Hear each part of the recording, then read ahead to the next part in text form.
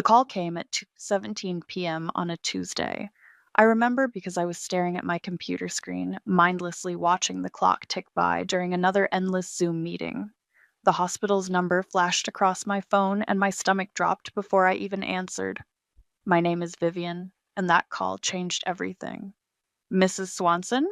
This is Mercy General. Your husband Owen has been in a serious accident. The rest was a blur of words: head on collision, critical condition, emergency surgery. I don't remember hanging up or driving to the hospital. I just remember the fluorescent lights of the ICU waiting room and the smell of industrial cleaner that couldn't quite mask the underlying scent of illness and fear. Where is he? I demanded at the nurse's station, my hands shaking as I gripped my purse. I'm Owen Swanson's wife. A kind-faced nurse led me to a small consultation room. The doctor will be in shortly. Would you like some water? I shook my head, pacing the tiny space. When the doctor finally arrived, his grave expression told me everything before he spoke a word. Mrs. Swanson, your husband sustained severe trauma. We've stabilized him, but he's in a coma. The next 48 hours are critical. I was still processing this when the door burst open. Meredith swept in like a winter storm, her perfectly coiffed silver hair and designer outfit a stark contrast to my disheveled appearance. Where is my son? She demanded, not even acknowledging my presence. Jonathan, her husband, followed close behind, his face tight with worry. The doctor repeated the information, and Meredith immediately took charge. I want the best neurologist. Who's handling his care? What's the treatment plan? I stood there, feeling increasingly invisible as she fired questions at the doctor. When she finally turned to me, her eyes were sharp with accusation. Vivian, why didn't you call us immediately?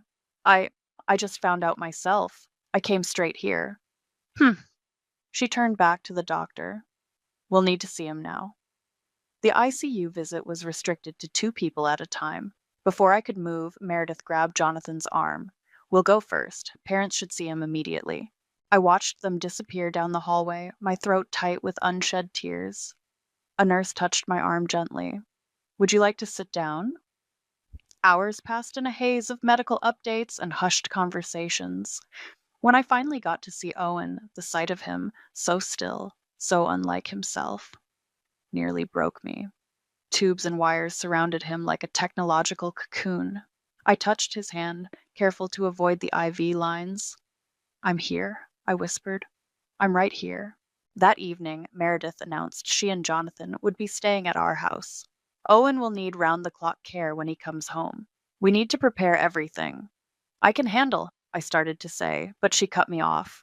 Vivian, dear, this isn't the time for pride. You'll need help.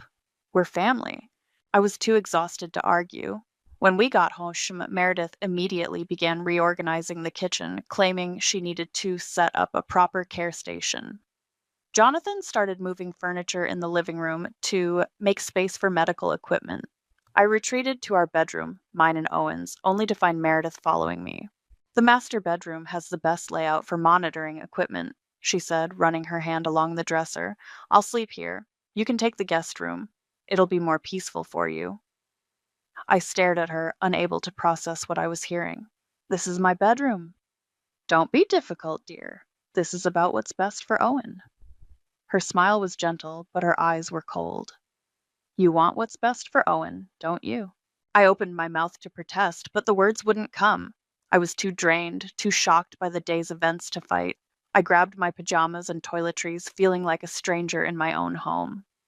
As I lay in the guest bed that night, listening to Meredith's footsteps in my bedroom, I remembered Owen's words from years ago. My mother, she has a way of taking over. Promise me you'll never let her push you around. I had laughed then, thinking he was exaggerating. Now, staring at the unfamiliar ceiling, I realized he had been warning me. My phone buzzed. A text from my best friend Kendra. How are you holding up? I typed back, they're here, in my house, in my bedroom. Her response was immediate. Want me to come over? Not tonight, but soon. I think I'm going to need backup. I turned off my phone and closed my eyes, trying to block out the sound of Meredith's voice drifting through the walls as she spoke to Jonathan. This was just temporary, I told myself, just until Owen got better. I had no idea then that this was only the beginning. I woke to classical music drifting through the house, not just from one room, it seemed to come from everywhere. Following the sound downstairs, I found Meredith directing a technician who was installing speakers in every corner of our living room. What's happening? I asked, still in my pajamas. Owen always loved classical music, Meredith said, not looking at me. The doctors say familiar sounds can help coma patients recover. I've arranged for a whole house audio system without asking me? She finally turned, her expression a perfect blend of concern and condescension. Oh, I didn't want to burden you with these details. You're clearly overwhelmed. Before I could respond, Jonathan emerged from the kitchen. The new refrigerator will be delivered tomorrow. The old one isn't suitable for storing medical supplies. New refrigerator? I felt like I was in a bizarre dream. We don't need. Vivian? Meredith cut in. Perhaps you should get dressed. It's nearly noon. I glanced at the clock. It was 9:30 a.m. Upstairs, I found my bathroom had been reorganized. My toiletries were gone, replaced with new ones. Even my toothbrush was different. I stood there gripping the sink when my phone buzzed. It was Kendra. I'm outside. Brought coffee. I nearly ran downstairs, ignoring Meredith's disapproving look as I rushed past. Kendra took one look at my face and pulled me into a hug. That bad? We sat in her car, and I told her everything: the speakers, the refrigerator, my displaced belongings. They're isolating you, Kendra said, her lawyer instincts kicking in. That's abuse 101. They're trying to make you feel powerless in your own home. Maybe they're just trying to help, I said, but the words felt hollow. Like hell they are. Kendra's eyes narrowed. Remember what Owen told you about them? The memory hit me like a wave. Owen and I, 3 years ago, sitting in our kitchen after a particularly tense dinner with his parents. I'm sorry about Mom, he had said, running a hand through his hair. She's always been like this, controlling everything, everyone.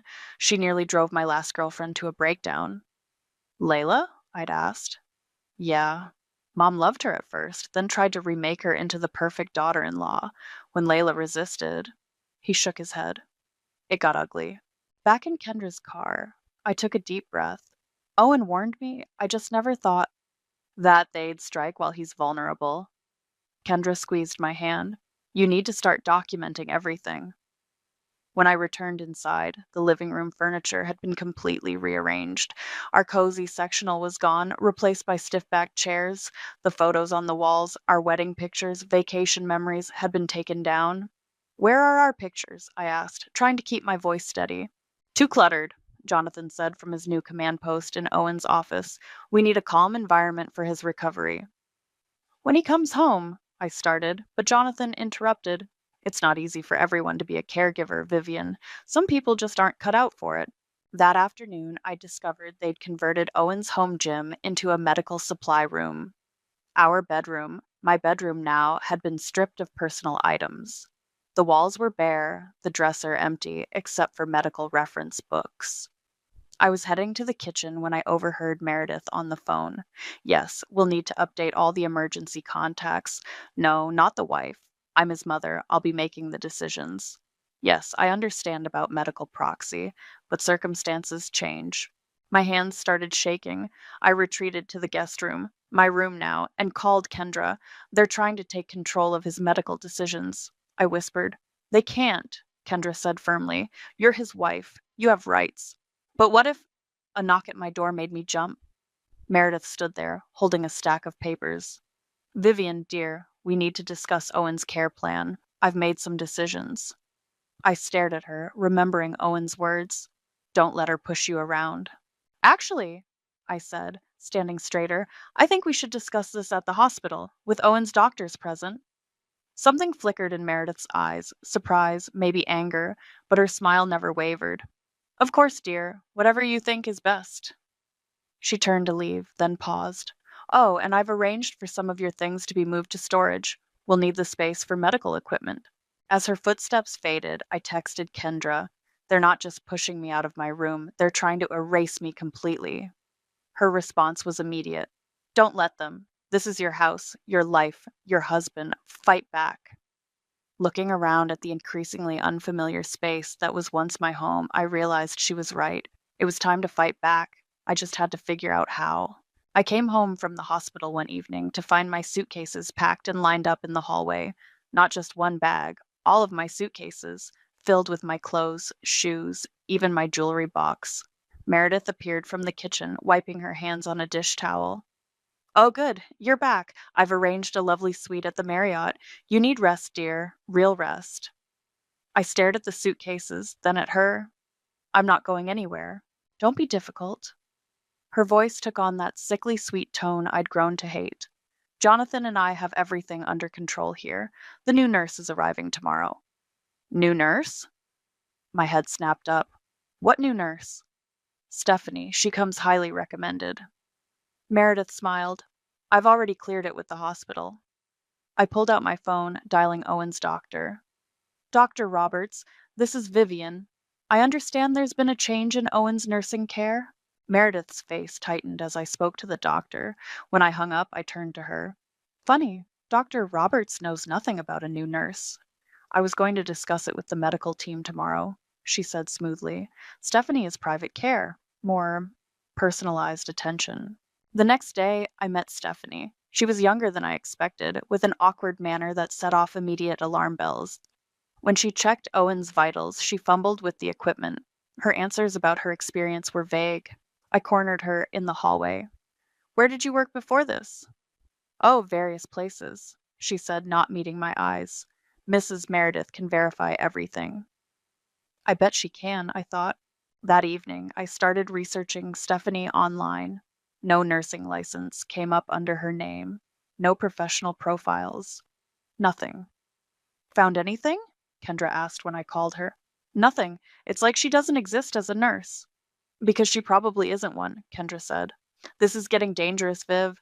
They're bringing an unqualified person to care for Owen. A commotion from Owen's room interrupted us. I rushed in to find Stephanie struggling with his IV line. Stop! I moved to intervene, but Meredith blocked my path. She knows what she's doing, Meredith snapped. Does she? Because I can't find any record of her nursing license. The room went silent. Stephanie looked at Meredith, who gave an almost imperceptible nod. He needs us, not you, Meredith hissed, dropping all pretense of kindness. You're just making things worse. I pulled out my phone. I'm calling hospital security. Go ahead, Meredith smiled. I've already spoken with administration about your emotional state, how you're not coping well, how you might need a break from making decisions. My hand shook as I dialed anyway.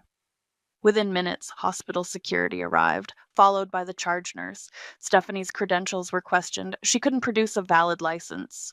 Ma'am, you'll have to leave, the security guard told her. As Stephanie was escorted out, I overheard Meredith on her phone in the hallway. Yes, I need information about transferring power of attorney. No, it's regarding my son. Yes, I understand his wife currently holds it, but given the circumstances, my blood ran cold. I slipped into the bathroom, calling Kendra again. They're trying to take Owen's power of attorney from me, I whispered. They can't, Kendra said firmly. Not without cause, but Viv, you need to be careful. They're building a case against you. That night, I couldn't sleep. Every creak in the house made me jump. I could hear Meredith and Jonathan talking in low voices downstairs. My phone buzzed, a text from an unknown number. Mrs. Swanson, this is Chad, Owen's cousin. We need to talk. It's about Meredith. I hesitated, then replied, About what? Not over text. Can we meet tomorrow? It's important. I agreed to meet him at a coffee shop near the hospital. As I set my phone down, I heard footsteps approaching my room. The door opened without a knock. Meredith. Vivian, we need to discuss your behavior today, she said. Your paranoid accusations about Stephanie, your emotional outbursts. It's clear you're not handling this well. I sat up straighter. Get out of my room. Your room? She laughed softly. Oh dear. You still don't understand, do you? This isn't your house anymore. This isn't your life anymore. Owen needs his family now. His real family. She turned to leave, then looked back. I'd start looking for a new place if I were you. Things are about to change. After she left, I sat in the dark, my heart pounding. They weren't just trying to push me out anymore. They were trying to take everything. My home, my rights, my husband. But they didn't know what I knew. They didn't know what Owen and I had planned for exactly this kind of situation. Tomorrow I'd meet with Chad, and then, I decided, the real fight would begin. The coffee shop was quiet when Chad walked in. He looked nervous, constantly glancing over his shoulder as he sat down across from me. "Thanks for meeting me," he said, his voice low. "Look, I need to tell you something about Aunt Meredith. She's done this before." I leaned forward. "Done what?" "This whole takeover thing. When my mom got sick, Meredith swooped in to help. Within months, she had power of attorney, control of the house, everything. Mom was too weak to fight back." "What happened?"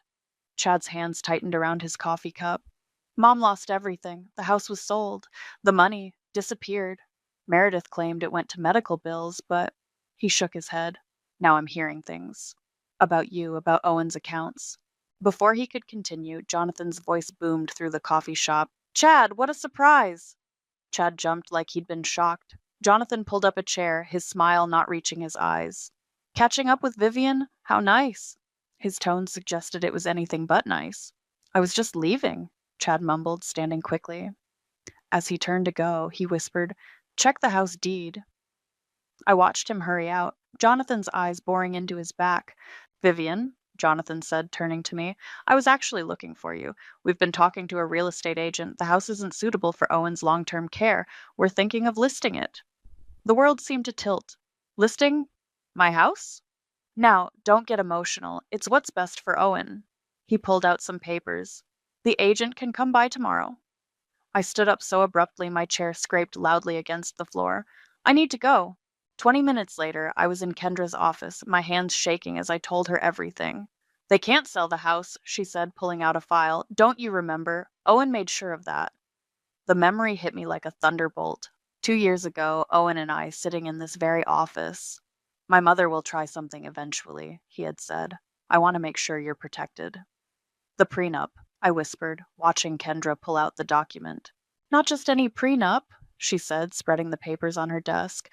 "Owen put the house solely in your name, along with most of the assets you acquired before marriage. He knew exactly what his parents were capable of." "Why didn't you remind me sooner?" "You needed to see their true colors first," she said. "Now we can fight back." That afternoon, I returned home to find Meredith directing movers to pack up more of my belongings.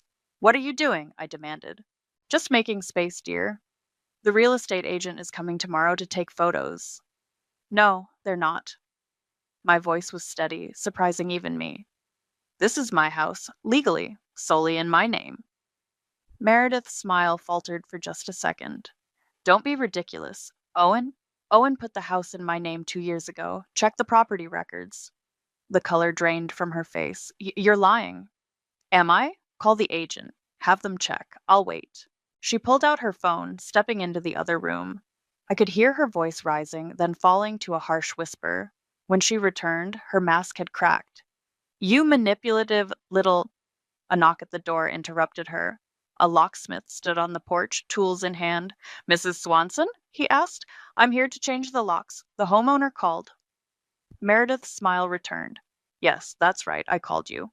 "Actually," I said, stepping forward, "I'm Mrs. Swanson, and I didn't call for a locksmith." The man looked confused. "I have an order here from Mrs. Meredith Swanson." "I'll need to see ID from the legal homeowner," he said, looking between us. The silence that followed was deafening. Meredith's face went from confident to uncertain to furious in the span of seconds. "This isn't over," she said quietly as the locksmith left. "You have no idea what you're dealing with." "Actually, I do." I pulled out my phone, showing her the texts from Chad. "I know about what you did to his mother, the missing money, the sold house. Does Jonathan know about all of it?" For the first time, I saw real fear in her eyes. That night, as I lay in bed, my phone buzzed with a text from an unknown number. "Watch your back. Meredith always wins." I thought about Owen lying in his hospital bed, about our house, our life together, the precautions he'd taken to protect me from exactly this situation. "Not this time," I whispered to the dark. "This time, she's met her match." Another knock at the door made me freeze. It was nearly midnight. Through the window, I could see the locksmith's van. "Mrs. Swanson?" a voice called. "Emergency lock change requested by the homeowner." The game was far from over. I opened the door to find a different locksmith than earlier, flanked by Meredith and Jonathan. Meredith's smile was triumphant. Evening services cost extra, she told the locksmith, but it's worth it to ensure everyone's safety. I'll need to see the homeowner's ID, the locksmith said, looking between us. Of course. Meredith pulled out her ID. I'm Mrs. Swanson. She is Mrs. Swanson, I said calmly, but I'm the homeowner. I retrieved the deed and my ID from the entry table where I'd left them after the earlier attempt. You can verify the property records online. The locksmith checked both IDs against his phone. His eyes widened slightly. Ma'am, he said to Meredith, I can't proceed. The property is registered to Vivian Swanson. There must be a mistake, Jonathan cut in. Our son owns this house. No mistake, I said, holding up my phone with the property records displayed. Owen transferred ownership to me 2 years ago. It's all legal and registered. Meredith's face went white, then red. You scheming little. I think we're done here, I told the locksmith. Thank you for your time. After he left, the three of us stood in the foyer, tension crackling like static electricity. You have 30 days to vacate, I said, my voice steady despite my pounding heart. You're trespassing now. You can't do this, Meredith hissed. He's our son. Yes, and he's my husband, the husband who knew exactly what you might try to do. I met her gaze. The husband who protected me from you before he even needed to. Jonathan grabbed Meredith's arm. Let's go. No, she yanked free. You'll regret this, Vivian. I promise you will. Get out of my house. They left, but Meredith turned back at the door. You think you've won? You have no idea what's coming. I locked the door behind them, my hands shaking as I called Kendra. They tried the locksmith trick again, I said. But that's not the end, is it? No, Kendra replied. Document everything. They'll be back. She was right. The next morning, I arrived at the hospital to find Meredith already there, speaking intensely with Owen's doctor. Concerns about her mental state, I heard her say. The stress is clearly too much. What's going on? I asked loudly, making them both turn. Mrs. Swanson, Dr. Roberts said, looking uncomfortable. Your mother-in-law was just expressing some concerns. About my mental state? I pulled out my phone, starting a recording. Please, Meredith, continue. Tell the doctor exactly what you think about my mental state. On record. Meredith's mouth snapped shut. Actually, I continued, let's discuss, Stephanie, the unlicensed nurse you tried to install. Or should we talk about the missing money from Chad's mother's accounts? How dare you? No, how dare you? I stepped closer. You want to play dirty? Fine. But remember, I have the house, I have the legal rights, and I have witnesses to your attempts to sabotage Owen's care. Dr. Roberts cleared his throat. Perhaps we should focus on Owen's treatment. Absolutely, I said, not taking my eyes off Meredith. As his legal medical proxy, I'd like to review his care plan, alone. Meredith's face contorted with rage, but she had no choice. As she stormed out, her heels clicking against the hospital floor, she bumped into Chad, who was just arriving. What are you doing here? She snapped. Supporting family, he said quietly, moving to stand beside me. After reviewing Owen's care plan with Dr. Roberts, I found Chad waiting in the hallway. There's more, he said. Aunt Meredith's been talking to Layla. Owen's ex? Yeah, she's planning something. I overheard her on the phone, talking about old photos, messages. My phone buzzed. A text from Kendra. Emergency. Come to my office now. They're trying to invalidate your marriage, Kendra said when I arrived.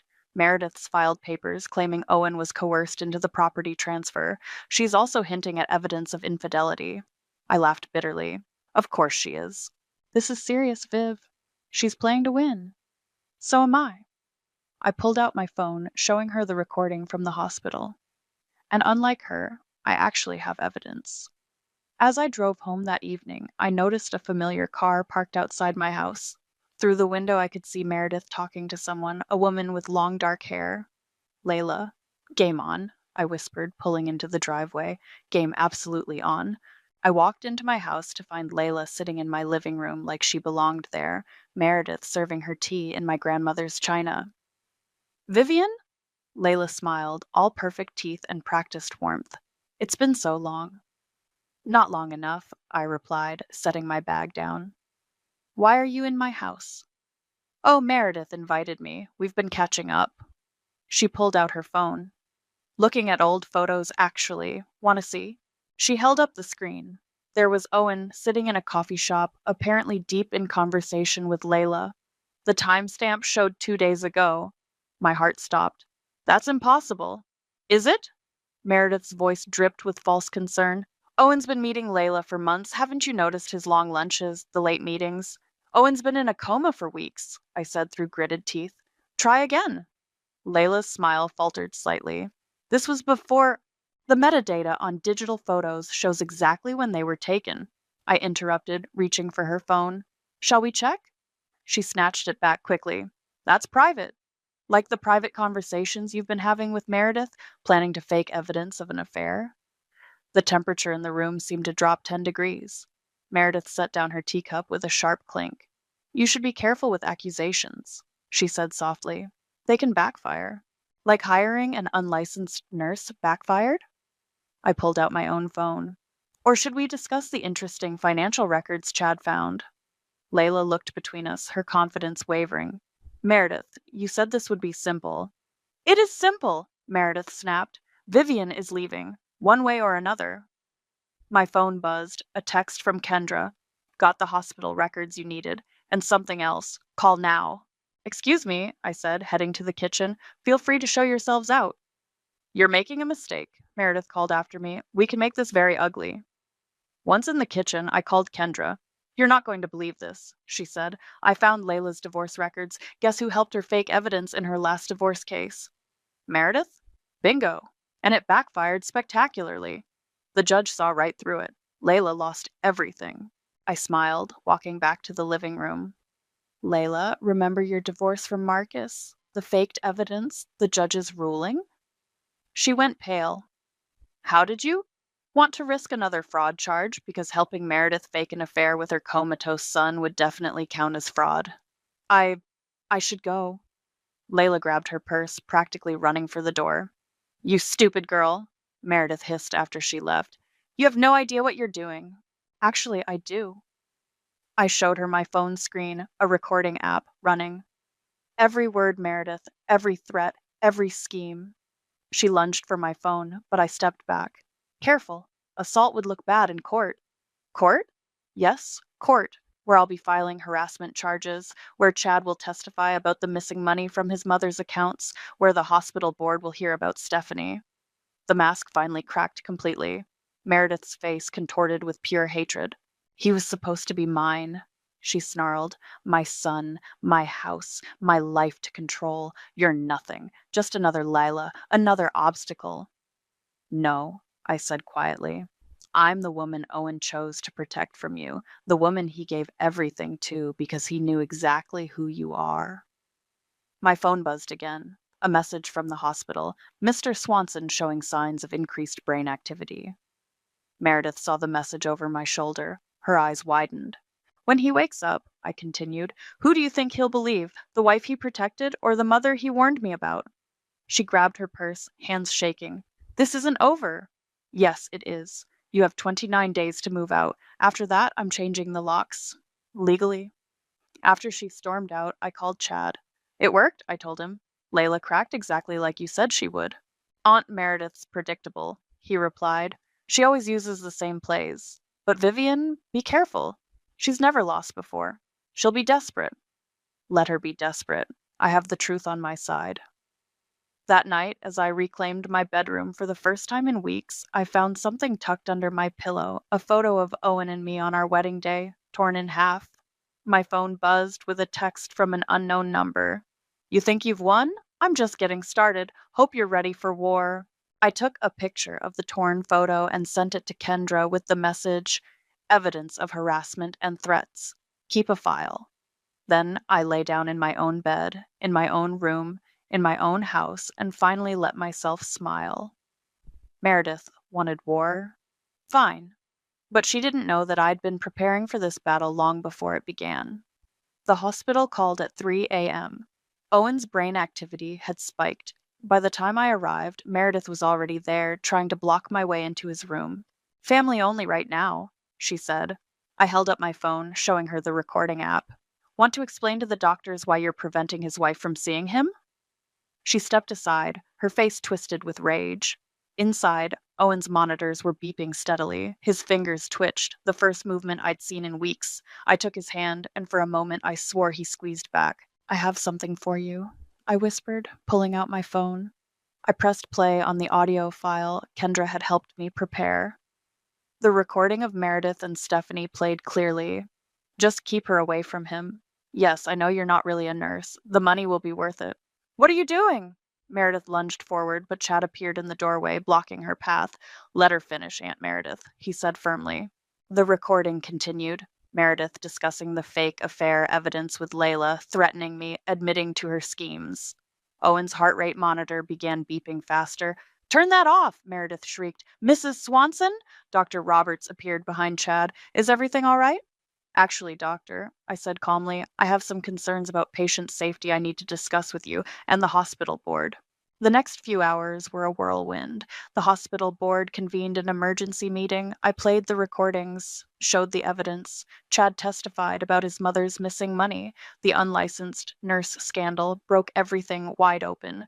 By noon, Meredith and Jonathan were banned from the hospital. You'll regret this, Meredith spat as security escorted them out. I'll destroy you. Check your email, I called after her. Back in my house, I'd found financial documents hidden in Meredith's temporary room, records of money moved from Owen's business accounts to private ones in her name. I'd sent copies to everyone: the hospital board, Owen's business partners, their family lawyer. My phone started ringing immediately. Owen's business partners, their family friends, everyone wanting to know about the money Meredith had stolen. It's all falling apart, Chad said, watching the chaos unfold. Years of her schemes exposed in one day. Kendra arrived with more news. The bank's freezing the accounts Meredith accessed. They're launching an investigation. By evening, Meredith's carefully constructed world had crumbled. Her country club membership was revoked. Their family friends stopped taking her calls. The police wanted to question her about financial fraud. I returned to Owen's room that night to find his eyes flickering beneath their lids. The doctor said he was fighting to wake up. Keep talking to him, Dr. Roberts encouraged. He can hear you. I sat beside him, holding his hand. You were right about your mother, but you were also right about me. I didn't let her win. His fingers twitched again. A commotion erupted in the hallway. Meredith had returned, looking wild-eyed and disheveled. You think you've won? She screamed from the doorway. I made him everything he is. I controlled everything. He's mine. Security rushed forward, but not before Owen's eyes snapped open. Mom? His voice was weak but clear. The room froze. Meredith's face lit up with triumph. Owen, darling, I'm here. Vivian has been... Get out. His words were quiet but firm. What? I heard everything. Get out. Meredith staggered back like she'd been slapped. Owen, you don't understand. I understand perfectly. His hand tightened around mine. I've always understood. That's why I protected Vivian from you. Now get out of our lives. Security finally reached her, gently but firmly escorting her away. Her wails echoed down the hallway. I'm sorry, Owen whispered to me. I knew she'd try something if anything happened to me. That's why the house, the accounts. Shh, I squeezed his hand. Rest. Everything's taken care of. Later that night, Kendra texted me a news link. Meredith had been arrested, not just for the financial fraud, but for attempting to practice medicine without a license through her fake nurse scheme. How does it feel? Chad asked when he visited the next day. Taking down the great Meredith? I watched Owen sleeping peacefully, properly monitored by real nurses now. It feels... My phone buzzed. A final text from Meredith. You've ruined everything. I hope you're happy. I deleted it without responding. She'd lost everything. Her reputation, her social standing, her control. The thing she feared most had happened. People saw her for who she really was. Owen stirred, opening his eyes. You're still here. Always. Did she really try to? Yes, but she forgot something important. What's that? I smiled, thinking of the house deed, the recordings, the evidence I'd gathered. You married someone smarter than she is. His answering smile was worth everything we'd been through. But as I watched him drift back to sleep, I wondered, at what cost had this victory come? Owen gripped the parallel bars in physical therapy, his knuckles white with effort. Tell me again, he said between breaths, about the moment she realized she'd lost. I steadied his elbow as he took another shaky step. Which moment? When the hospital banned her? When her friends abandoned her? Or when she was arrested in front of her entire country club? He managed a weak laugh. All of it. I need the motivation. You're doing great without it, his therapist encouraged. 3 more steps. We'd developed this routine. He'd ask for details about Meredith's downfall during his hardest therapy sessions, using the satisfaction as fuel to push through the pain. Did you know, he said, pausing to catch his breath, that she tried to visit last week? My hand tightened on his elbow. What? Dad came too, but not to support her. Owen took another step. He's filing for divorce. I helped him to his wheelchair when the session ended. How do you feel about that? Honestly, relieved. He looked up at me. But I see how this victory has changed you. Back home, I found myself staring at the spot where Meredith had once stood, declaring her ownership of our lives. The house felt different now, cleaner, but somehow haunted by what had happened here. I got the final report from the forensic accountant, Kendra said over coffee in our kitchen. Meredith stole over $2 million from Owen's business accounts over the years, small amounts, building up. What happens now? She's facing serious prison time. The plea deal offers 3 years plus full restitution. I stirred my coffee, watching the liquid swirl. Was it worth it? All of it? Hey, Kendra grabbed my hand. She tried to destroy you, to take everything. You protected yourself, Owen, and probably future victims. The doorbell rang. Chad stood there with a box of old photos. Found these at my mom's house. Thought you should see them. The photos showed a pattern. Meredith, with different families over the years, always inserting herself, always followed by destruction, divorces, bankruptcies, broken relationships. You didn't just stop her with you, Chad said. You stopped her for good. That evening, Owen wheeled himself onto our back porch. His strength was returning, but the emotional wounds were still raw. I keep thinking, he said, watching the sunset, about all the signs I ignored growing up. The way she controlled everything. Everyone. I sat beside him. You didn't ignore them. You prepared for them. The house. The accounts. But I never thought she'd go this far. He took my hand. When I was in the coma, I could hear everything. Her threats. Your strength. I wanted so badly to wake up and stop her. You did wake up, at exactly the right moment. He smiled. To find my wife had already handled everything. A car pulled up in front of our house. Jonathan stepped out, looking older than I remembered. Can I come in? He asked from the bottom of the porch steps. I owe you both an apology. Over tea, Jonathan laid out the years of Meredith's manipulation, of him, of Owen, of everyone around her. I enabled her, he admitted, but watching her try to destroy you, Vivian, it finally opened my eyes. Why didn't you stop her sooner? Owen asked. Fear, habit, love, maybe, but mostly cowardice. Jonathan pulled out an envelope. This is everything I know about her other schemes. The DA might need it. After he left, Owen and I sat in comfortable silence. We should redecorate, I finally said. Make the house ours again. Already planning to. He pointed to his phone, showing me paint samples. But first, I need to ask, are you okay? Really okay? I thought about it. About the rage that had driven me, the satisfaction of winning, the cost of victory. I'm different, I admitted. Stronger, maybe. Harder, definitely. But not broken. No, he smiled. Not broken at all. The next morning, I found a letter in our mailbox from Meredith's attorney. Inside was a single line. She's accepting the plea deal. I showed it to Owen over breakfast. It's really over. Not quite, he said. We still have to live with what happened, with who we've become. And who have we become? He reached across the table, taking my hand. Survivors, warriors, but most importantly, still us.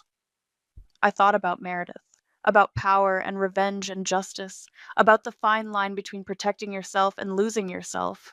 They were wrong about me, I said finally. I wasn't just your wife. I was the fortress you built, and I never burned without leaving embers. Owen squeezed my hand. No, he said softly. You were always the fortress. I just helped with the blueprints. Outside, the morning sun painted our house a new light. Inside, we began again. Stronger for the battle, wiser for the cost, but still unquestionably, unshakably ourselves.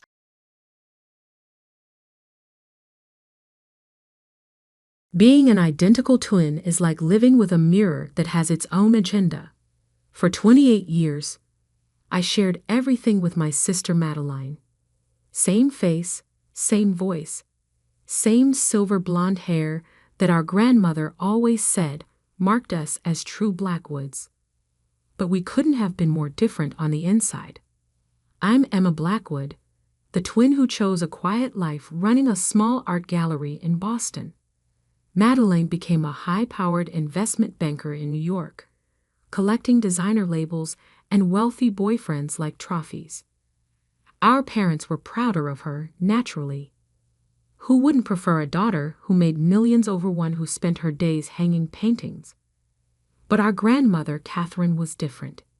She saw through the surface similarities, understood who we really were beneath our identical faces.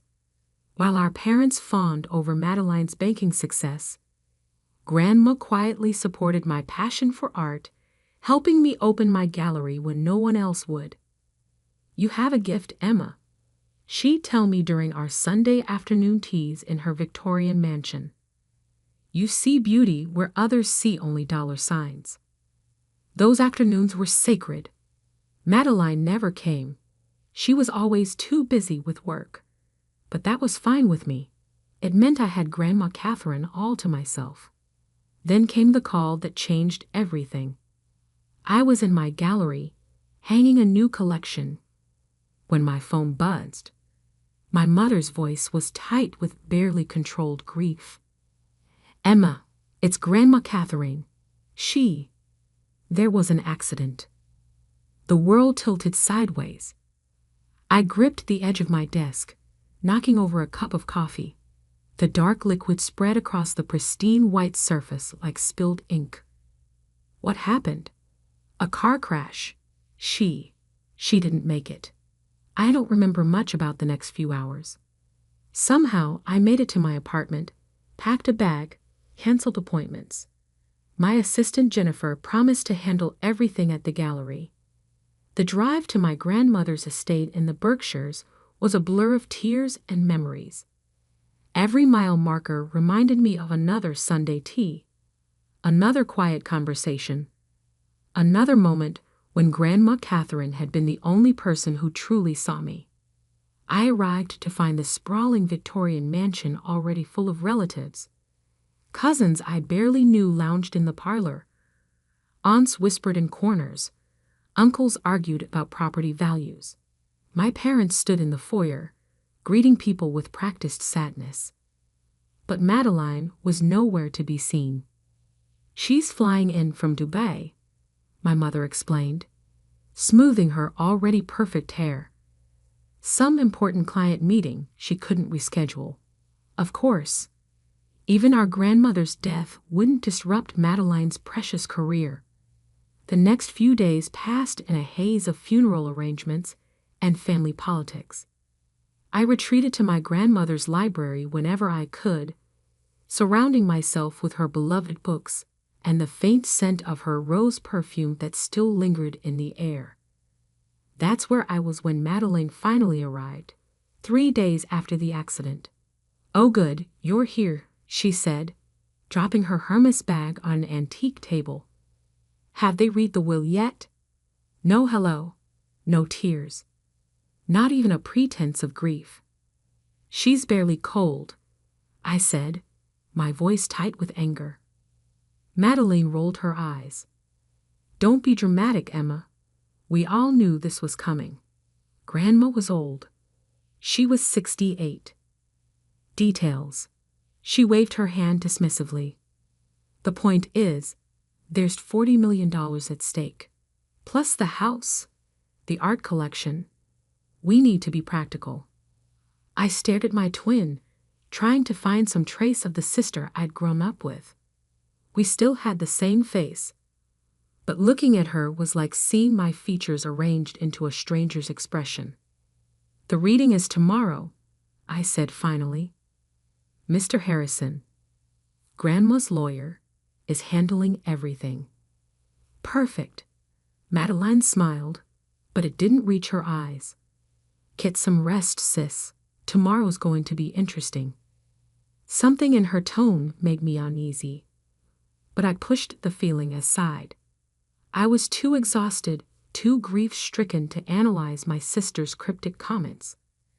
That was my first mistake. The next morning, I woke early and went to the kitchen to make coffee. The house was quiet, most of the relatives still asleep in their various guest rooms. But as I passed the study, I heard voices. "Everything's arranged." Madeline's voice, low and urgent, just like you asked. A male voice I didn't recognize. "The papers are perfect. No one will question it." I froze, my hand on the doorknob. "And the original?" "Destroyed, along with all the copies.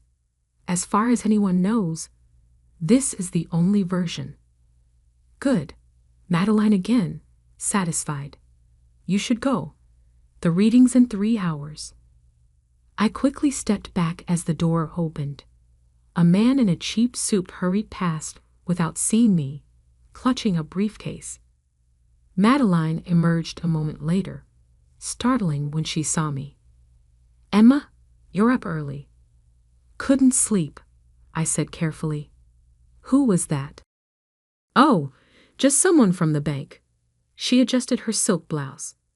"Boring paperwork stuff." But I'd seen the man slip something into her designer bag, something that looked suspiciously like legal documents. The will reading was scheduled for 10 a.m. in the main library. Mr. Harrison, a small man with wire-rimmed glasses who'd been our grandmother's lawyer for 30 years, arranged us all in a semicircle.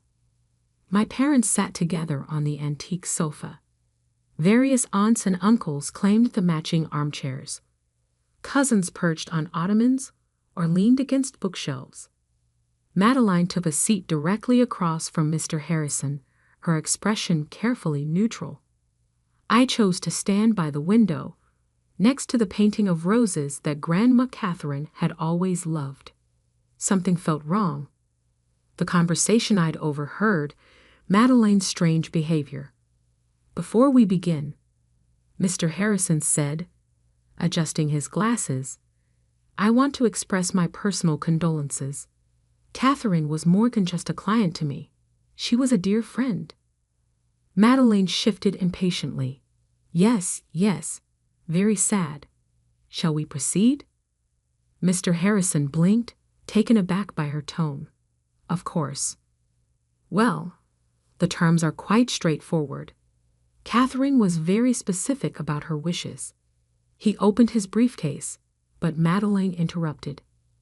"Actually," she said smoothly, "I have something you should see first." She pulled out a document, the same one I'd seen the mystery man give her earlier. "What's this?"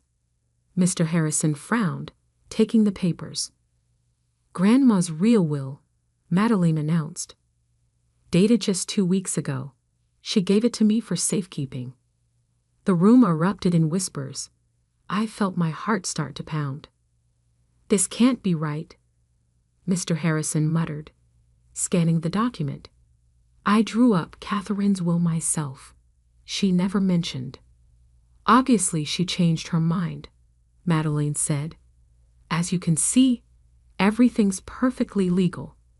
All the signatures are verified." I moved closer, looking over Mr. Harrison's shoulder. The will looked authentic, same legal language, same formatting. But something was wrong. The signature. It looked like Grandma's. But then I saw it. The terms of the new will were simple. The entire estate, all $40 million, plus the house and every asset, was left to Madeline Blackwood. I felt the blood drain from my face. This is a lie, I said, my voice shaking. Grandma would never. Do you have proof? Madeline challenged, her eyes glinting. Because I have a legally binding document right here. The room fell silent as everyone stared at us, identical faces locked in a battle of wills.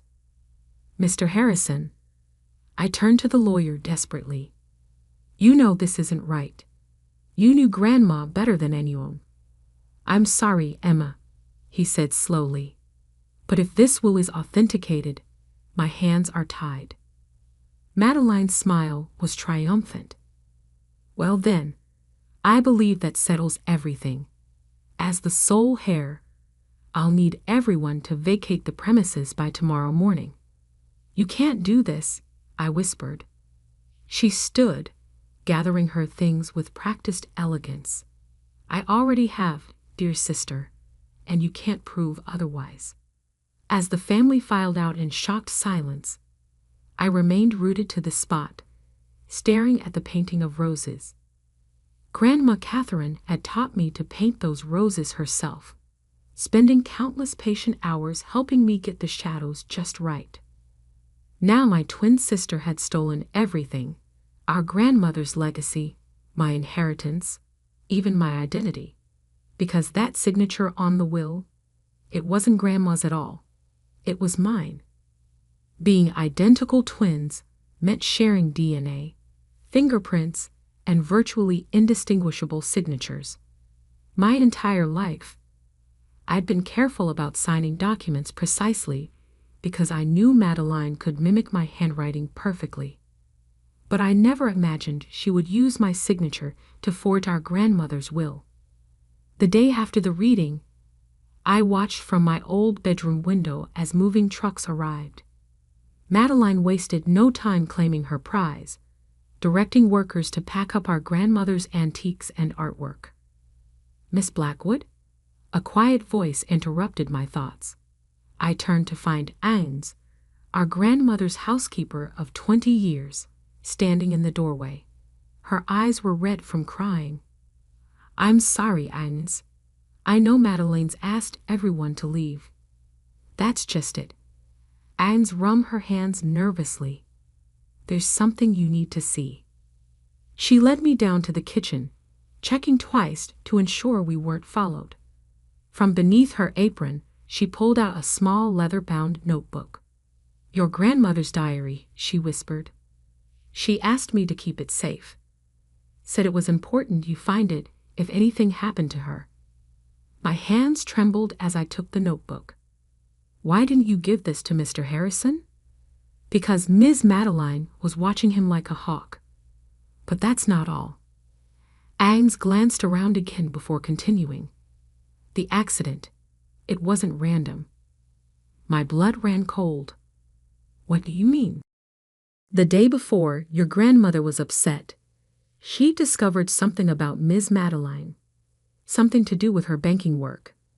She made some calls, said she needed to fix things. I opened the diary with shaking fingers.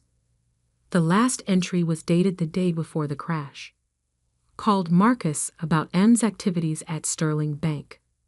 The numbers don't add up. Offshore accounts, missing client funds. She's been stealing millions. I can't stay silent. Emma deserves to know the truth about her sister. Tomorrow I'll. The entry ended there. Tomorrow never came.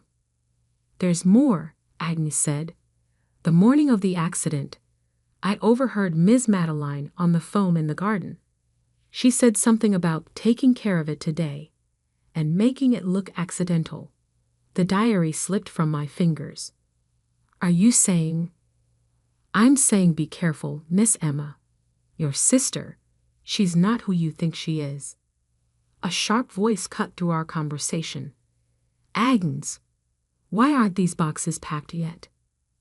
Madeline stood in the doorway, her eyes narrowing as she saw us together. Agnes quickly gathered some cleaning supplies and hurried out. Still here, Emma. Madeline's tone was honey-sweet poison. I thought I made it clear the house needs to be emptied. I met her gaze steadily. Did you kill her? The question hung in the air between us. Madeline's smile never wavered.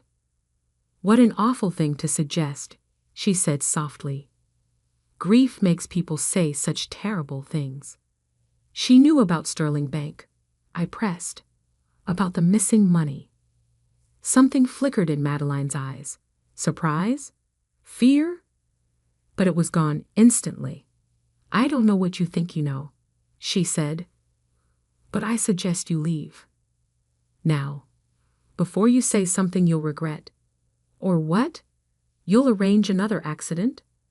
She stepped closer, her face, my face, inches from mine. Prove it, she whispered. Prove any of it. You can't, can you? Just like you can't prove the will is forged. It's your word against mine, sister dear. And I have $40 million worth of lawyers on my side. She was right. I had no proof. Just a diary entry, a housekeeper's statement, and horrible suspicions. But I had something else. The truth about who I was. Who we both were. You forgot one thing, Madeline, I said quietly. Grandma didn't just teach me about art. She taught me about family history. About the Blackwood legacy. Boring stories about dead relatives, she scoffed. What's your point? My point is, I know things you don't. Things about this house, about Grandma's real fortune. Things she only shared during those Sunday teas you were too busy to attend. Uncertainty crept into her expression. You're bluffing? Am I? I smiled, channeling her own cold confidence. Guess you'll find out. I walked out of the kitchen, feeling her eyes boring into my back. At the front door, I paused. Oh, and Madeline? Don't touch the painting of roses in the library. Some art is worth more than money. It was a shot in the dark, but I saw fear flash across her face. She knew something about that painting, something she didn't want me to discover. In my car, I pulled out my phone and made 2 calls. The first was to an old friend from art school who now worked as an authenticator for major auction houses. Sarah, I need you to look into something. A painting of roses, circa 1940s, artist unknown. The second call was to a private investigator recommended by one of my gallery clients. I need everything you can find on Sterling Bank's offshore accounts. Focus on transactions authorized by Madeline Blackwood. Finally, I called Mr. Harrison. Meet me tomorrow, I said when he answered. There's something you need to know about Grandma's real will. Most people think revenge takes a long time, but sometimes justice strikes like lightning, fast, bright, and impossible to escape. It took exactly 3 days to destroy everything Madeline had stolen. I met Mr. Harrison at a small cafe far from the estate. His hands shook slightly as he read Grandma's diary. My God, he whispered. I knew something was wrong. But this, I need your help, I said. The painting in the library. Did Grandma ever mention anything special about it? He looked up sharply. She did, actually. About a month ago, she had me update her will. Said something about important papers being where the roses never fade. My heart raced. The painting. I'd always wondered why Grandma insisted it never be moved, never be cleaned by anyone but her. Mr. Harrison, I need you to stall the estate transfer, just for 24 hours. He nodded grimly. I'll file some paperwork, technical errors that need reviewing. But Emma, be careful. If what this diary suggests is true, I know, I said quietly. My sister is capable of murder. Back at my hotel, messages waited from both my contacts. Sarah, the art authenticator, confirmed my suspicions about the painting. The private investigator's findings about Sterling Bank were even more explosive. I took a deep breath and made one final call to the FBI's Financial Crimes Division. That night, I waited until 3 a.m. before returning to the estate. The security code hadn't been changed. Madeline always did underestimate me. The house was dark, empty except for the furniture Madeline hadn't yet moved. In the library, moonlight filtered through the tall windows, illuminating the painting of roses. With trembling fingers, I felt along its heavy gilt frame. There, a slight catch, a hidden spring. The painting swung away from the wall like a door, revealing a small safe built into the wall behind it. I smiled, remembering all those Sunday afternoons when Grandma taught me to paint roses. She hadn't just been teaching art. She'd been showing me exactly where this safe was located. The combination was simple: my birthday, not Madeline's. She'd been born 2 minutes later. This was how Grandma had always told us apart, by remembering who came first. Inside the safe lay a stack of documents: bank records, surveillance photos, and a USB drive. But most importantly, there was another will. The real will, dated just 3 days before Grandma's death, with a letter attached. My dearest Emma, if you're reading this, something has happened to me. I've discovered what Madeline has been doing at Sterling Bank. The stolen money, the fake accounts, all of it. I've gathered proof, but she knows I know. I fear what she might do. I'm leaving everything to you because you're the only one who understands what truly matters. The money, the house, they're just things. But integrity, truth, justice, these are the real Blackwood legacy. All my love, Grandma Catherine. P.S. Give the USB drive to the FBI.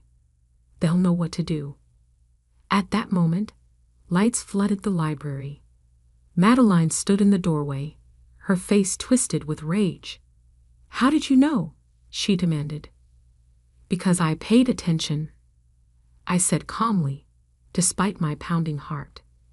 "All those Sunday teas you missed, all those boring family stories you ignored. Grandma wasn't just sharing memories, she was leaving clues." "Give me those papers," she snarled, stepping forward. "It's too late," I replied. "The FBI already has copies of everything. They're probably at Sterling Bank right now, seizing records of all your offshore accounts." Her face went pale. "You're lying." "Am I? Check your phone." As if on cue, her phone buzzed. Her hands shook as she read the message. "No," she whispered. "No, no, no." "Yes," I said quietly. "It's over, Madeline. The fraud, the fake will, and—" I held up Grandma's diary, the truth about her death. She lunged for me, but never reached me. FBI agents emerged from the shadows, where they'd been waiting all along. I watched as they led my sister away in handcuffs, her perfect composure finally shattered. The aftermath was a whirlwind of headlines. Bain K-I-H-E-R, A-R-E-S-T-D, F-O-R-F-R-A-U-D, and M-U-R-D-E-R. T-W-I-N sisters, inheritance battle, R-E-V-A-L, D-A-D-Y-S-K-G, Sterling Bank K-S-K-A-D-A-L, Bly L-L-H-O-N-S, and C-L-I-E-N-T Philandes Messing. The truth came out quickly after that. Madeline had been stealing from clients for years, hiding the money in offshore accounts. When Grandma discovered her scheme, Madeline arranged the accident, not realizing Grandma had already documented everything. The forged will was just her final attempt to gain control of all evidence against her. She never imagined the real proof would be hidden behind a simple painting of roses. 1 year later, I stood in the library again, now restored to its former glory. Madeline was serving 20 years for fraud and murder. The stolen money had been returned to Sterling Bank's clients, and Grandma's real will had been executed exactly as she intended. I kept the house, turning part of it into an art gallery showcasing young artists. The painting of roses still hung in its place of honor, no longer hiding secrets, but serving as a reminder. Sometimes justice blooms in unexpected places. Agnes still worked as housekeeper, now more family than employee. Mr. Harrison helped manage the charitable foundation I'd established with half of my inheritance, supporting arts education for underprivileged children. Your grandmother would be proud, he told me one afternoon, watching local kids take art lessons in what used to be the formal dining room. I smiled, touching the locket I now wore, the one Grandma had always worn during our Sunday teas. Inside was a tiny painted rose, a reminder that beauty and truth go hand in hand. She knew, I said softly. She knew that someday the truth would come out. That's why she left all those clues, all those little breadcrumbs for me to follow. And Madeline, he asked, do you ever visit her? I shook my head. Some twins grow apart. Some were never truly connected to begin with. She chose her path, just as I chose mine. Later that evening, I sat in Grandma's library, my library now, and opened her diary to the last page. Below her final entry, I had added my own. Dear Grandma, justice has been served. The roses still bloom, the truth still shines, and your legacy lives on. Not in money or property, but in the lessons you taught me, that art can reveal truth, that patience defeats greed, and that real wealth isn't counted in dollars, but in integrity.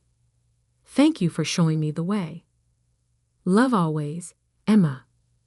Outside, the sun set over the Berkshire Hills, painting the sky in shades of rose and gold.